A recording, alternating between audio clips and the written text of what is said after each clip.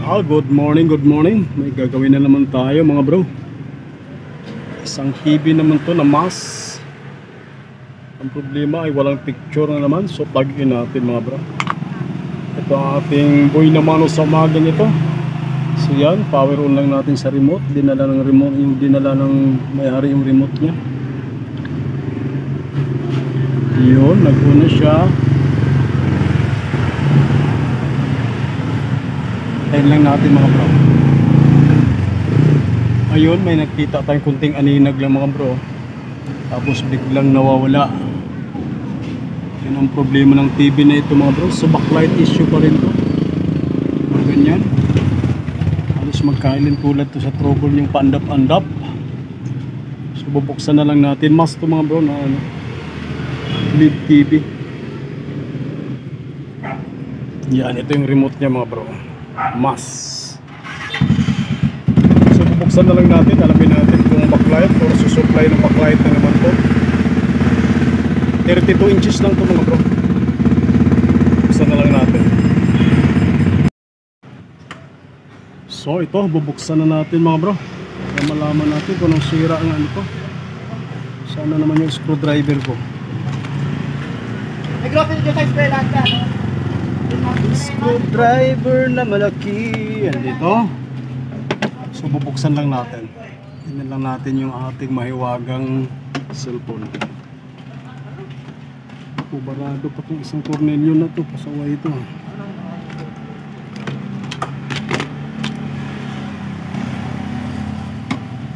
Barado. Natin manong ng screw na makapitan.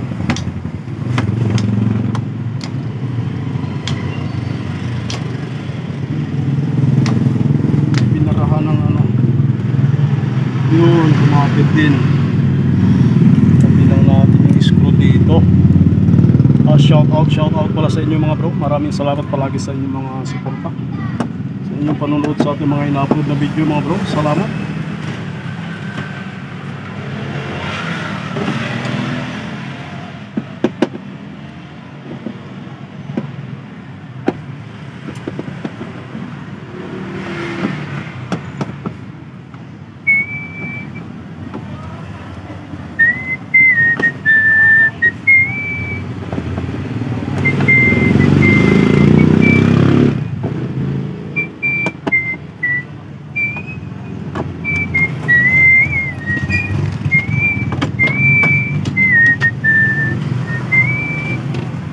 Yun, maganda naman yung mga kapasitor. Wala namang lumubo. So sa backlight ang problema talaga nito. Backlas tayo lahat nito mga buro.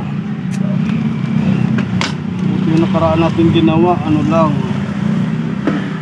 sa kapasitor lang. Kaya lang ito talaga backlas natin. Baklasin natin lahat. Ay, okay ba yun?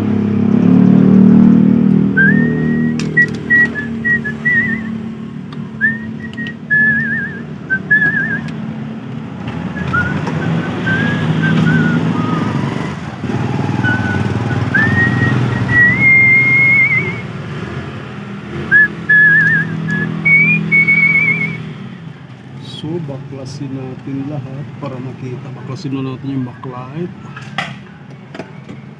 para mabaklas natin yung pinaka-screen.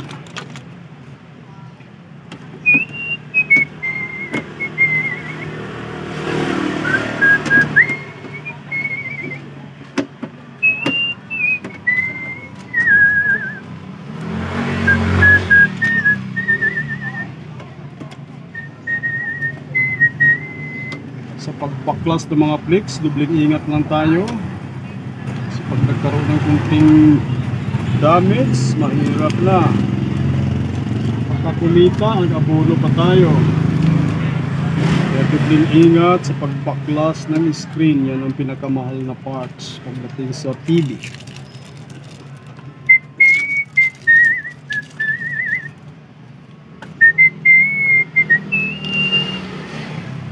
Kailangan yung paglalapagan naka-ready na para tuloy-tuloy ang ating pagbaklas. I-share ko lagi sa inyo mga bro, yung katulad natin mga baguhan nag-aaral pa lang sa pagbaklas ng screen, dubling ingat lang tayo para hindi tayo mag-abono. Mahirap mag-abono mga bro sa hirap ng buhay ngayon. Mas kikita tayo, mag-abono pa, kaya dubling ingat talaga.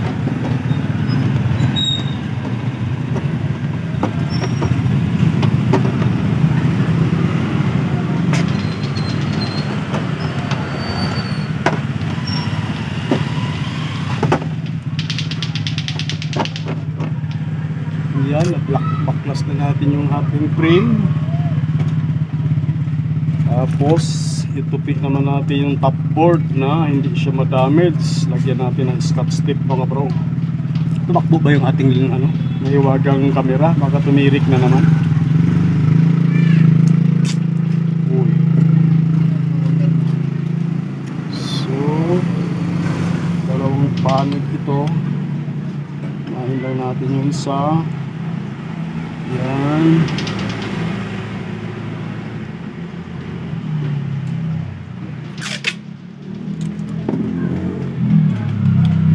Sa kabila. Yan. Ngayon, safety na siya. Pwede na natin baklasin yung screen. Yan. Buti hindi nakadikit. Dapat muna natin sa sifting lugar yung ating screen. Baklasin na natin. Ayun. Ginawa na rin pala ito mga bro. So, tingnan, double check lang natin. Nakatanggal na. Gamitin natin ng backlight tester. Nasaan ko na naman nalagay yun. Ayun. Ito yung ating DIY lang na backlight tester mga bro. Tayo nang gumawa nito.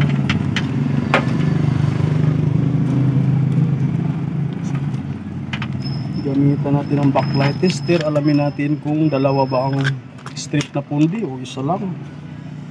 Positive, negative. So, ilaw. So, walang ilaw sa kabila. Yun, buhay yung kabila. So, yung sa baba ang sa baba ang may problema mga bro. Yan ang palitan natin. Yung sa taas, okay siya. Yun, kita nyo mga bro. Kita ba dyan? Yeah, tama. Pakita ko lang. Yeah. Ito yung kabila. Yan, umiilaw siya. Litin natin. Kita ba? Ako lang nakakita. Yun. Yung kabila ang sira. Yung sa baba. So, palitan natin yung sa kabila mga bro. Babaklasin natin yung sa baba na portion. Ating palitan. Yun.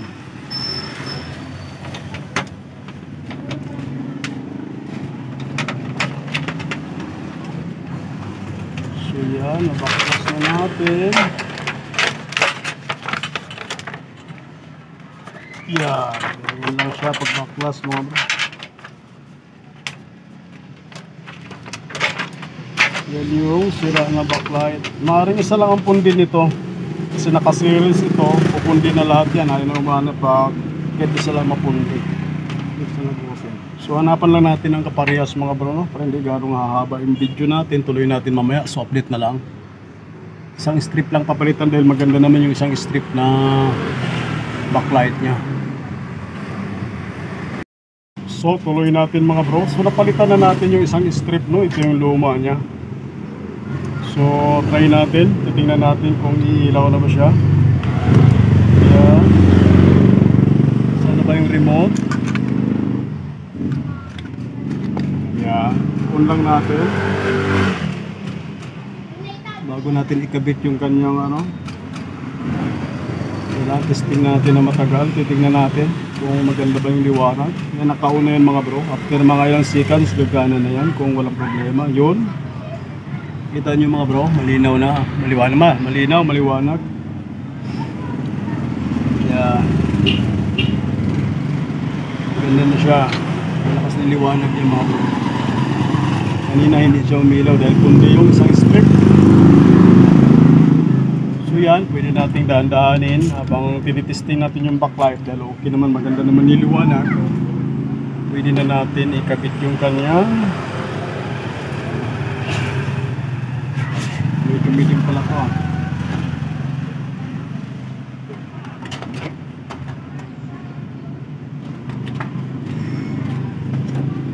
Yan, kabit na natin mga bro. Nababad natin yung backlight.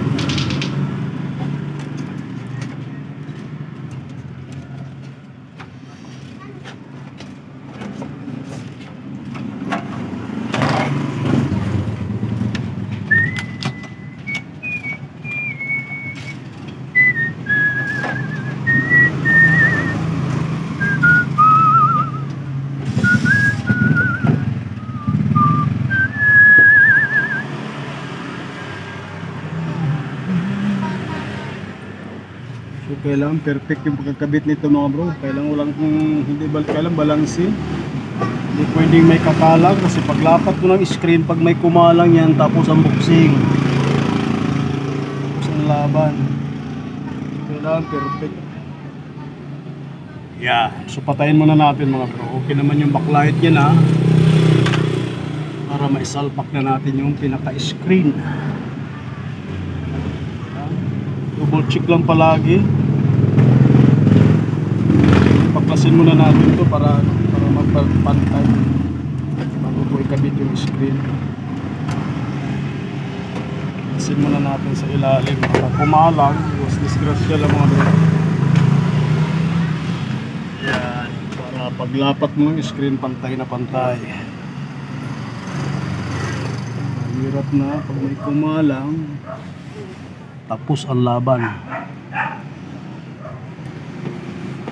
Yan.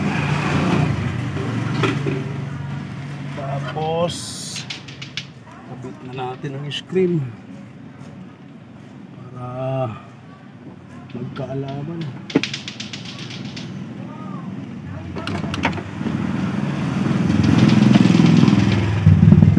Yeah. Double check palagi mga bro bago yan. Uy, bumito pala yung isa.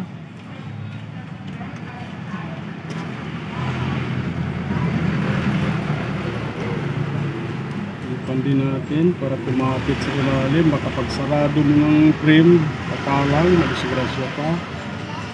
Yan.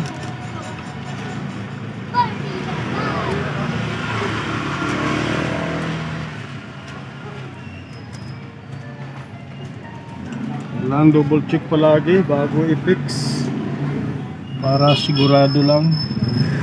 Iwas pusoy lang palagi mga bro. Kasi isang pagkakamali mo rito hindi natin pwedeng remedyohan pag kunting basag ng screen. Pag nabasag yung screen walang remedyo yan mga bro.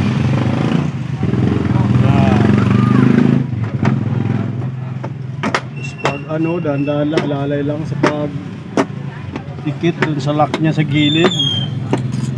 Yan.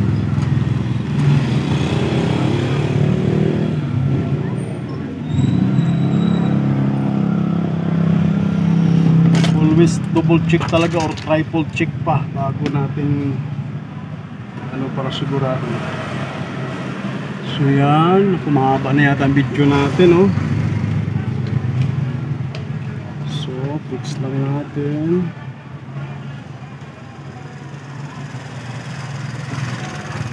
Yan, pagbalik sa pinaka-flex, kailangan dobling ingat na naman tayo.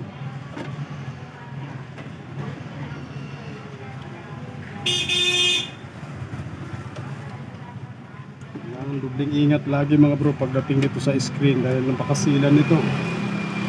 Yung pagkakamali natin, maaaring madisgrasya. So yan, lalagyan lang natin ng screw para hindi lulundo yung ating pinaka-screen.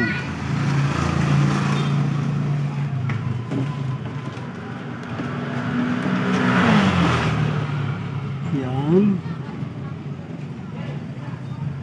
Dalawa lang.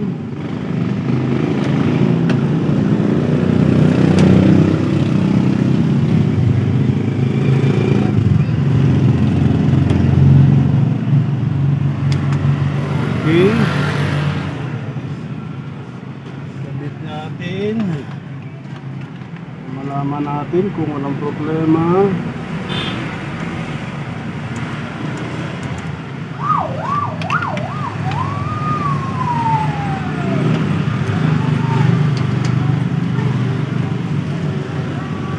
Yeah. Speaker, kahit mamaya na pero lagay ko na. Silipin muna natin bago ano. So plug-in natin double check again bago i-switch, power on. Okay. Okay naman kabit na. So power on natin. Sana wala nang problema. Sana walang problema screen. So tayo natin umilaw yung backlight. Bago natin silipin na palalaglag pa. Yun, umilaw na yung backlight niya. So silipin natin yung screen. Ayun. Kailan may kunting guhit sa gitna May kunting guhit sa gitna. Isang piraso, gabuhok. Yan, pakita ko lang sa inyo mga bro. Nagumana na. Kita ba dyan? Yan o, kita nyo no, signal. Kailan may isang guhit dito sa gitna mga bro. Mahirap na alisin yan sa screen yan. Pero try natin linisin yung pinaka-flex. Titignan natin kung mawala natin yung guhit dito sa gitna. Ayun, may isang guhit. Try ko lang linisin mga bro, no? Patayin muna natin. Subukan natin alisin yung pinaka-guhit sa gitna. Naku, mahaba na yung video natin, no? So update na lang ulit mamaya. Try ko lang linisin mga bro. Ito lang mga bro yung ginawa natin na mask na pinalitan natin ng backlight, yung isang strip. So pag-in natin para matapos na at magtanghalian na naman pala mga bro. Power on lang tayo. May na yata ang battery nitong kanyang remote. Yan, nag-una siya mga bro. Pag nag-blue na yan, nag-una yan. So antay lang tayo ng ilang segundo. Ayan, nakita natin si mask mga bro. Lumabas na siya. Kaya lang yung guhit talaga na dito mga bro, pansin nyo ba? Hindi na basta-basta umalis yan mga bro, sa screen na talaga yan. Pag ginalaw pa natin yan, lalala lalo. Kaya huwag na natin galawin. Sinubukan ko rin linisin yung flex pero wala pa rin. So sa screen na talaga yan mga bro. Pero okay naman, mapanuoran naman. Kunting guhit lang naman siya, halos gabuhok lang yan. Halata. Pero wala tayong magagawa niyan mga bro, baka dati na talaga yan. Sa screen na kasi yan, mahirap na alisin yan pag ganyang guhit. Pero kahit pa paano, ayos na mga panooran na siya. So okay na yan mga bro. So okay, nagpapasalamat palagi pala sa inyo mga bro, sa inyong mga suporta. At sa lalong sa panonood nyo sa ating mga in-upload na video. At sa mga na hindi nag-i-skip ng ads natin dyan. Sana medyo makausap na yung ating mahirap abutin yung 100 eh. Nasa 7 pa lang tayo mga bro, pakitulak na lang. Ayun.